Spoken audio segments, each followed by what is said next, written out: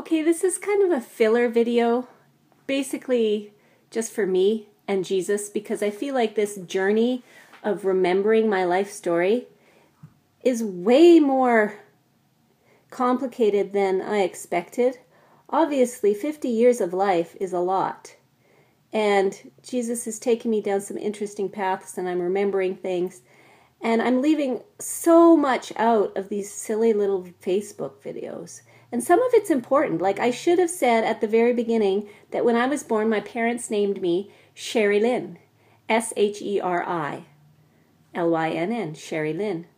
And those of you who know me from childhood know me as Cherie because that was my name. But that's important to know because later on it's quite significant. But I think what I wanted just to talk about and process a little bit out loud was that, you know, in elementary school, I didn't really feel significant, I don't think. I talked about how I didn't really have a talent necessarily. I wasn't really good at anything. You know, my parents tried. My mother tried so hard because she is so gifted in so many areas. She really tried to teach me and pass things on to me, but I just really didn't have an aptitude and I wasn't really interested. She tried to teach me how to sew. Yeah, that went well. And so I think like a lot of kids who aren't athletes, who aren't musicians, I just kind of felt invisible a little bit. Or, you know, deep down, I didn't have a lot of self-esteem because I didn't feel like I was that much of anything. And I remember in grade 6 when I broke my leg, my parents gave me a gift. It was a record of The Hobbit. That was amazing. For no reason, they just said, Cherie, you know, you've been so good since you broke your leg. We just wanted to get you a little gift. And they gave me this record and I was blown away. But the thing about that was, you know, when I broke my leg and I had my cast on, I remember I felt special.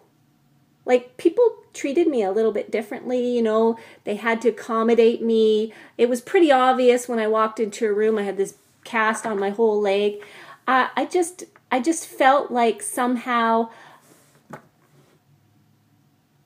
I mattered. I don't know how to say it exactly, and I wouldn't have even at that time understood what I was feeling.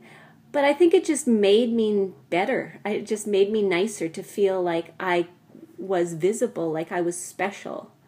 And so that's kind of a significant memory for me.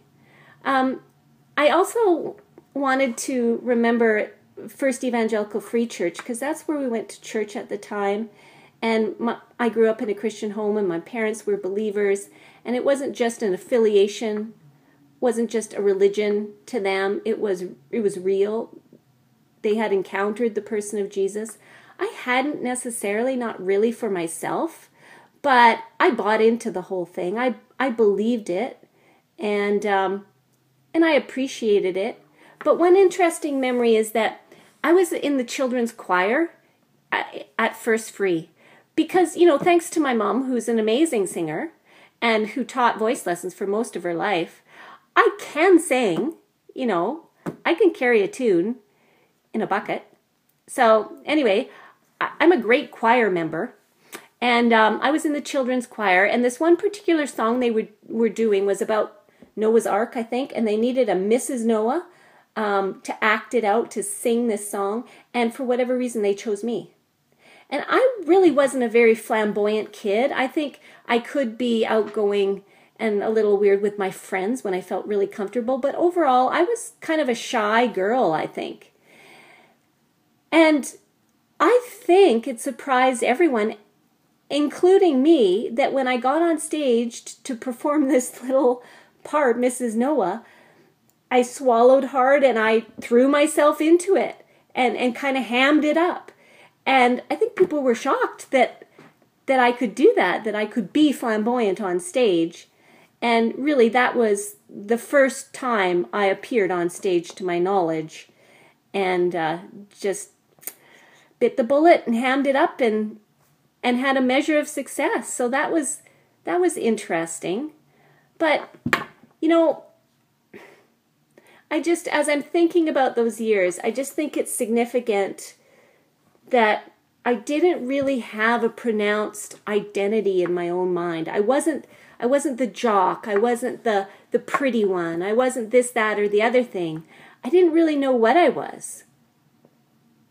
I remember at First Free, there was a girl who maybe was in my Sunday school class. I don't remember, but her name was Cherie, and pronounced Cherie.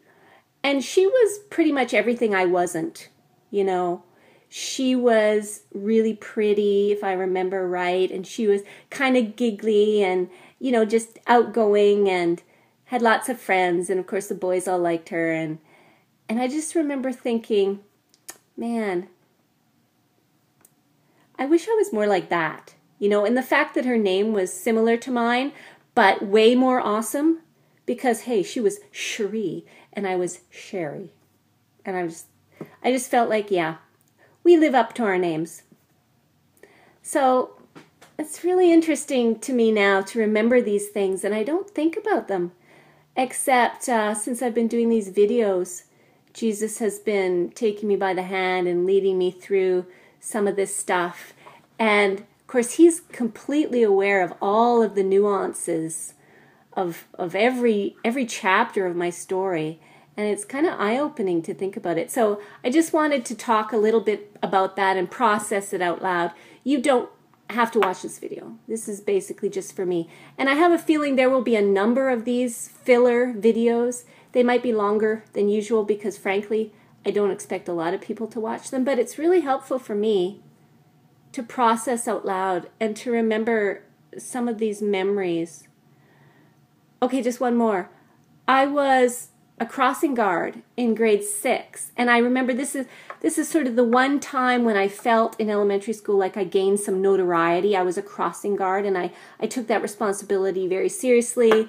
And I remember my school nominated me for this competition for crossing guards all over the city, and so all of us came together, and there was, I think, a one-day event where we had to be interviewed by a panel of judges, and they asked us questions about, you know, what's your favorite subject in school, and tried to find out more about us. And I basically had one-word answers to every question.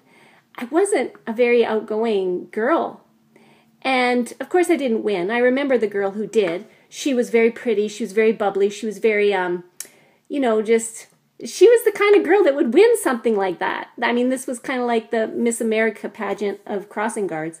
And she won, and I wasn't surprised, and I think I was a little disappointed, but it just reinforced to me that there wasn't anything special about me. And little did I know, you know, that the King of Heaven couldn't take his eyes off of me. I didn't know that at the time. But now, looking back, it's just really interesting to walk these memories with Jesus and see the look in his eyes, and yeah, anyway. Okay, that's it for now, but I'll get back to the real story next time. Mr. Blair, you won't want to miss that.